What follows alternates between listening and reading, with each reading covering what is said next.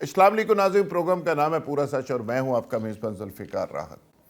ناظرین، ٹرمپ نے ایک بار پھر فیلڈ مارشل عاصم منیر کو ریکویسٹ کی کہ آپ اپنا اثر و رسوخ استعمال کریں، کردار ادا کریں اور ایران کو ایک بار پھر ٹیبل پر لے کر آئیں۔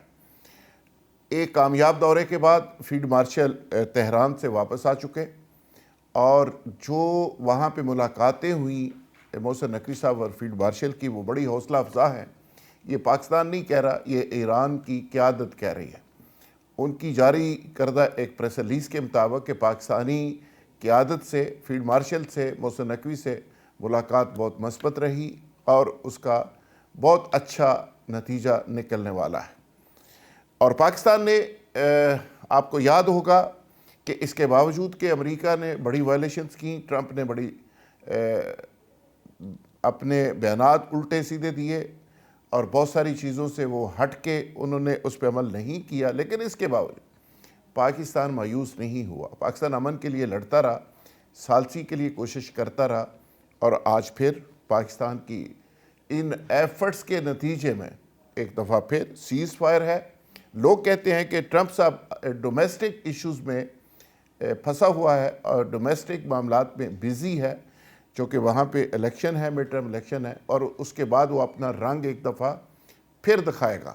ہوگا کیا، اس پہ بات کر لیں گے کہ آگے چل کے یہ مستقل جنگ بندی ہوگی یا پھر ٹرمپ صاحب واپسی کریں گے اور دوبارہ سے ایک دفعہ اپنے مخصوص سٹائل میں دنیا کے امن کو دھمکیاں اور تھریٹ دیں گے۔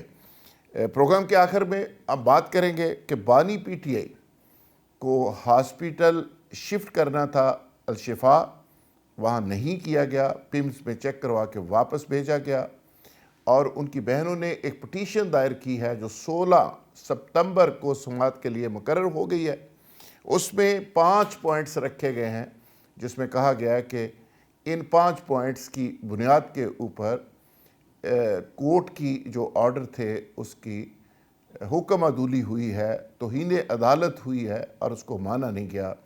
اب 16 ستمبر کو کیا ہوگا، سب کی اس پہ نظریں ہیں، لیکن ابھی سے بہت سارے لوگ دعوے کر رہے ہیں، بہت سارے لوگ اس کو ڈیل کا نام دے رہے ہیں، بہت سارے لوگ معاملات کو سمجھ رہے ہیں کہ پی ٹی آئی اور اداروں کے درمیان کو برف پگھل گئی ہے۔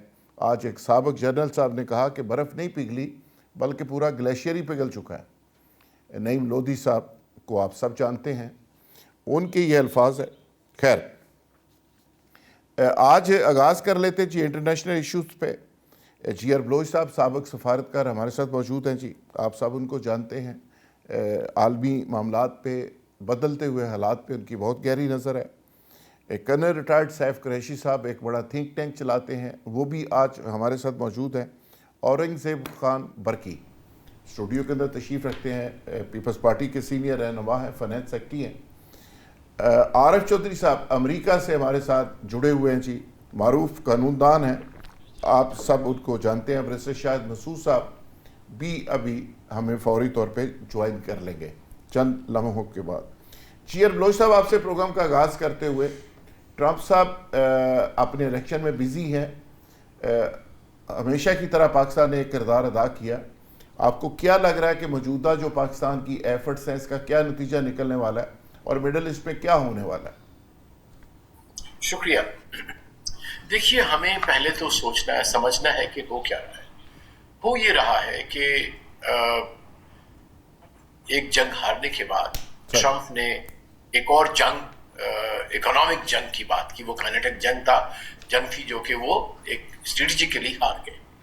ہارے اس طرح سے کہ ان کا کوئی بھی وار آبجیکٹو نہیں ان کو مل سکا، جبکہ ایران اپنا قدموں پہ کھڑا رہا اور ان کے جو وار آبجیکٹو یہی تھے، کیونکہ it was in the defensive posture کہ ان کی اسٹیٹ جو ہے وہ مضبوط رہے، جس طرح سے ہے رہے، ان کا ریجیم بھی رہے اور لوگ جو ہے وہ بھی نہ بٹیں بلکہ اور اکٹھے ہو گئے، اور سسٹم ان کا قطعی طور پہ افیکٹ نہیں ہوا۔ بلکہ میں ایک رپورٹ پڑھ رہا تھا وچ واز امیزنگ کہ جب یہ بمباری 40 دن کی جو جنگ چل رہی تھی، اس میں انہوں نے ایسا کوئی نظام بنا لیا تھا سپلائی چین کا ود ان دی کنٹری کہ اسٹورز میں پہلے سے زیادہ سامان تھا تاکہ لوگوں کو قطعی پتہ نہ لگے، اور وہ بڑی اتھینٹک قسم کا سروے تھا۔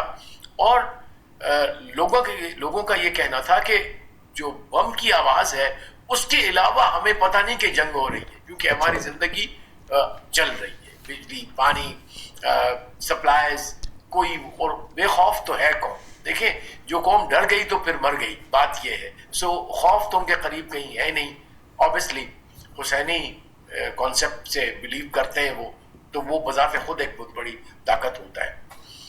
تو میرا خیال ہے کہ اس لحاظ سے سائیکولوجیکلی بھی اور اسٹریٹجک لیول کے اوپر بھی اسرائیل اور امریکہ جنگ ہار گیا، اور امریکہ کو اسرائیل کی ناجائز سپورٹ کا ایک بہت بڑا خمیازہ بھگتنا پڑ رہا ہے. یہ ہمیشہ ہوتا ہے، یہ 80 سال سے یا 70 سال سے اس کو دے رہے ہیں، کبھی نہ کبھی تو ہونا تھا. بلکہ آج میں یہ سوچ رہا تھا، میں نے کہا جو جنگیں ہوئی ہیں امریکہ کی، ویتنام، کوریا ٹھیک ہے چھوڑ کے، جو ویسٹ ایشیا میں ہوئی ہیں، وہ تمام کی تمام اسرائیل کے بہاف پہ ہوئی ہیں. امریکن لوگوں کا کیا اس میں انٹرسٹ تھا؟ نتھنگ، نن، ماسوائے دشمنیاں لینے کے، نفرتیں کمانے کے، اور اپنے لیے خطرے مزید اور اپنے لوگ مروانے کے لیے. سو آئی تھنک یہ چیز ابھی ضرورت ہے کہ اس کو جو لوگ ہیں میڈیا کے، جو نیریٹو والے ہیں، جو سوشل میڈیا والے ہیں، وہ اس چیز کو امریکن تک پہنچائے، ان کی اپنی زبان میں، ان کی اپنے اسٹائل میں.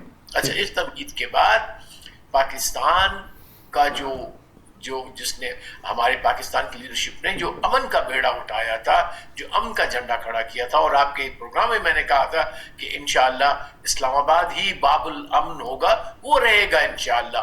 تو دیکھیے ثابت ہو گیا کہ پاکستان کا پوٹینشل ایز اے میڈیٹر، ایک ایسا میڈیٹر جس پہ تمام سائڈز جو ہے وہ ٹرسٹ کرتی ہیں، کریڈیبل ہے. کیونکہ 3 چیزیں میں نے بتائی تھی، اور کو ریپیٹ کرنا کوئی برا نہیں ہے، کہ آپ کو اس میں ایک اسٹریٹجک ویژن چاہیے، آپ کو انسٹیٹیوشنل اسٹرینتھ چاہیے، اور آپ کو ایسی کوئی اجائل لیڈرشپ چاہیے. اور یہ تینوں کمپوننٹ بن کے، اور آف کورس آپ کا اسٹیک ہونا ضروری ہے. Of course we are stakeholders, ہمارے بارڈرز ہیں ایران کے ساتھ.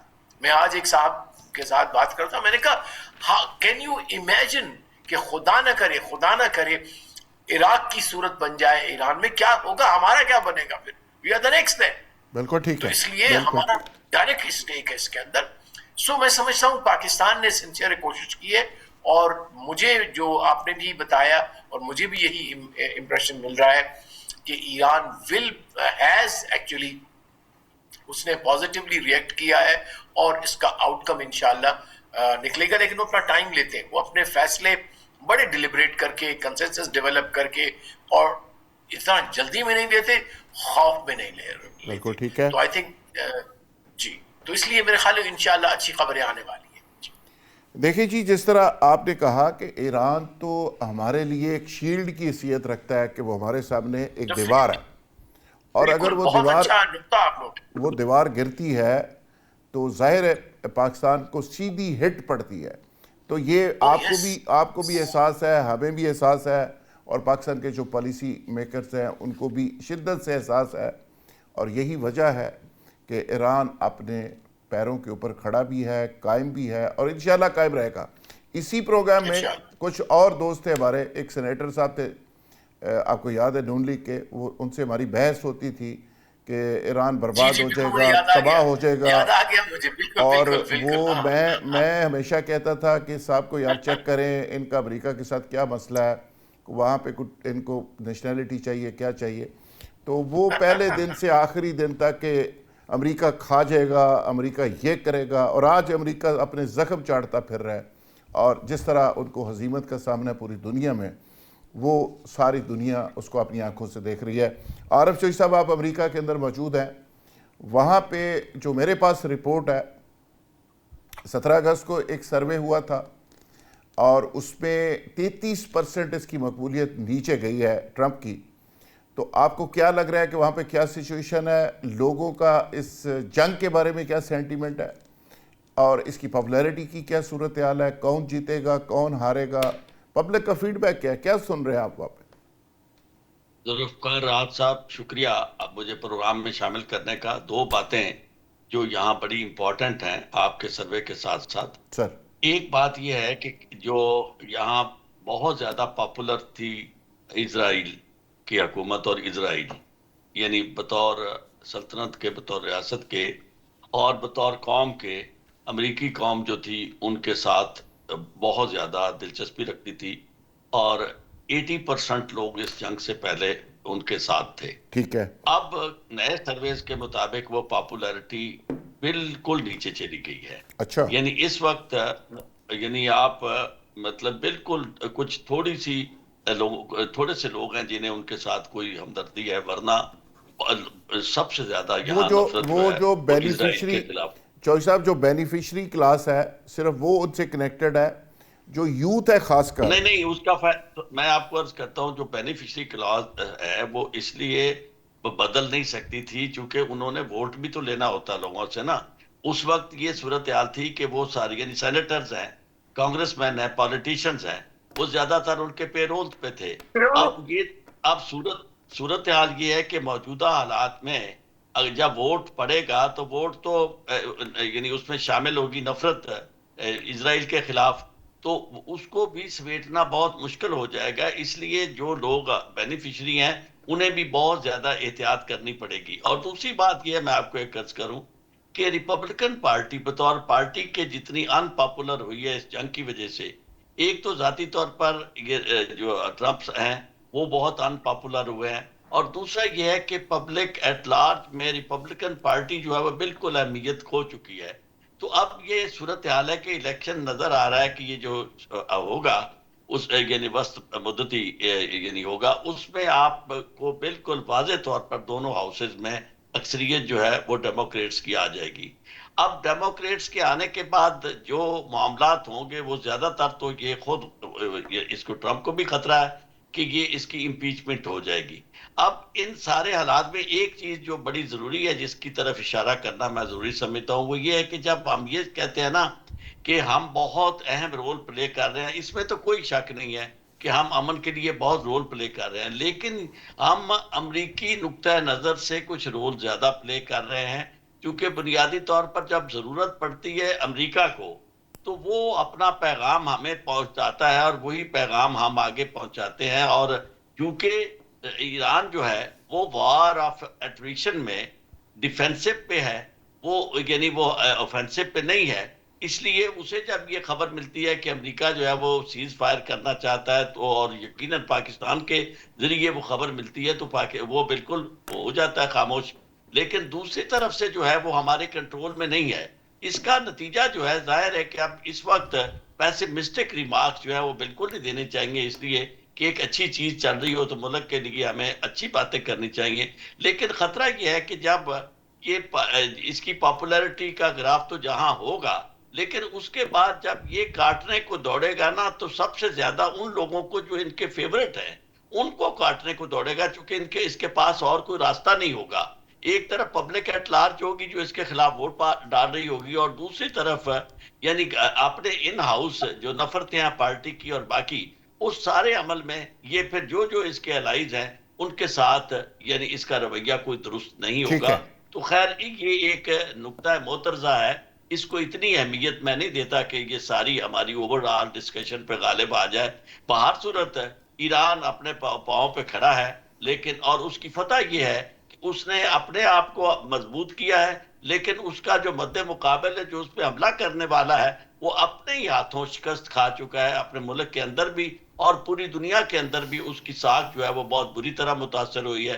معیشت کی یہ حالت ہے کہ آپ تصور نہیں کر سکتے کہ پٹرول یہاں کتنا مہنگا ہے، یعنی اس کی جو کاسٹ ہے یا اس کی تکلیف ہے وہ عام اچھے آدمی خاصے مڈل کلاس کے لوگ ہیں عام آدمی بھی وہ محسوس برداشت کر رہا ہے، یعنی وہاں پہ عام لوگ برداشت کر رہے ہیں۔ اور یہ بھی اطلاع ہے کہ وہاں پہ جو جنزی ہے، جو یوتھ ہے، جو نوجوان ہے، وہ سارے کے سارے اسرائیل سے اس لیے نفرت کرنے لگ گئے ہیں کہ وہ ساری چیزوں کو وٹنس کر رہے ہیں۔ اورنگزیب خان برقی صاحب، آپ کے خیال میں یہ ٹرمپ کی جو سچویشن ابھی بتا رہے تھے عارف چوہدری صاحب، ٹرمپ ایران کے بارے میں بڑی بڑی باتیں کر کے، بڑی بڑی دھمکیاں دے کے وہ جتنا کچھ کر سکا ہے وہ آپ کے سامنے ہے۔ ابھی اس نے معاشی پابندیاں لگائی ہیں، لیکن چائنا جب تک ایران کے ساتھ ہے، رشیا ساتھ ہے، تو میرا خیال ہے ایران کا کیا بگاڑ سکتا ہے؟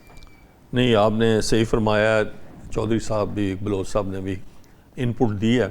دیکھیں سر، ابھی جو ریسنٹلی فیلڈ مارشل صاحب گئے ہیں اس کا بھی کوئی آفیشیلی انہوں نے اناؤنس نہیں کیا، آج تو واپس تو آ گئے ہیں، مگر اس میں ایک آپ دیکھیں نا کہ جو لیٹسٹ ٹرمپ کا بیان آیا آج وہ یہ ہے کہ جی ہم نے ساری مائنز صاف کر دی ہیں and we will not allow کہ کوئی بھی وہاں مائنز لگائے، سی مائنز کی بات کر رہا ہوں میں. تو ایک قسم کا یہ اس کا یہ ہم نے یہ کر دیا وہ کر دیا. ان کے فائنانس منسٹر نے بھی کہا جی ہم نے پابندیاں لگا دی اکنامک، مگر آیا اکنامک پابندیاں اس کی جو ہیں وہ یہ کر سکیں گے انفورس کہ نہیں؟ یہ بھی ہے نا، چائنا نے بھی کہا ہے کہ ہم. لیکن برکی صاحب یہ بھی تو اس کی کمزوری شو کر رہا ہے نا کہ اس کے پاس الیکشن میں بیچنے کے لیے سوائے ایران کے خلاف بیانوں کے علاوہ ہے ہی کچھ نہیں. اچھا کہ میں نے ایران کو یہ کر دیا، میں نے ایران کو گالیاں دے دی، میں نے ان کا فلانا کر دیا، یہ باتیں وہ الیکشن میں اور پوری امریکی قوم کو بیچ رہا ہے. پچھلے 3 سال سے آپ پریزیڈنٹ ہیں، بالکل سوال یہ آپ نے کیا کیا ہے وہ بات کرو. کچھ بھی نہیں. یوکرین میں بھی اس نے دیکھا ہے اپنا کچھ نہیں کر سکا. دوسری بات اپنا ذوالفقار صاحب یہ دیکھیں کہ جیسے اپنا چودھری صاحب نے کہا کہ ابھی وہاں انہیں الیکشن آلموسٹ 2 مہینے رہ گئے اور اس میں ابھی سے اپسیٹ شروع ہوئے کہ ایک مسلمان خاتون جو امریکن افغانستان کی تھی وہ بھی پرائمری جیت گئی ہے، left wing of democratic party, وہ جو ایجپشن ہے جو بھی ہے ال سعید کے کیا نام ہے، وہ بھی اس سے بھی اپسیٹ کیا ہے. اور کئی جگہ جو لیفٹسٹ ہیں ڈیموکریٹک پارٹی کے وہ کافی جگہ جیت رہے ہیں. تو میرا خیال اگر یہی سچویشن رہی تو جیسے چوئی صاحب نے بھی کہا ایک بڑا سرپرائز ہو سکتا ہے. They can lose both senate as well as house of rep. ابھی اس الیکشن کے ساتھ ٹرمپ کی امپیچمنٹ بھی جڑی ہوئی ہے. امپیچمنٹ نہیں، پھر اس کا مطلب ہے بوتھ ہاؤسز جو ہیں وہ ڈیموکریٹک پارٹی کے پاس چلے گئے تو اس کو بڑی ٹف ٹائم دیں گے، وہ بہت زیادہ ٹف ٹائم دیں گے. جو آپ کہہ رہے ہیں نا وہ بھی ایک لاسٹ ریزورٹ کے طور پہ وہ امپیچمنٹ بھی اس کی کر سکتے ہیں. کوئی اسے سیریسلی لیتے کوئی نہیں ہے. اٹیلین پرائم منسٹر نے ہاتھ بنانے سے انکار کر دیا تھا اس سے.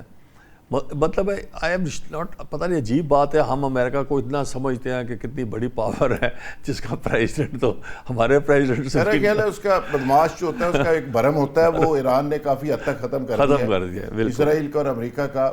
کرن سیف قریشی صاحب، کرن صاحب آپ کو کیا لگتا ہے جی یہ جو سچویشن ساری ڈیولپ ہوئی ہے مڈل ایسٹ پہ امن مستقل بنیادوں پہ قائم ہوگا؟ ٹرمپ صاحب دوبارہ شرارت کریں گے؟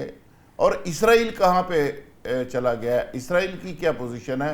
خاموشی ہے وہاں پہ؟ اکتوبر میں الیکشن ہے، نومبر میں امریکہ میں ہے، تو دونوں جگہ پہ مجھے لگتا ہے کہ رجیم چینج کروانے آئے تھے ایران میں، تو رجیم چینج اسرائیل اور امریکہ میں ہو رہی ہے.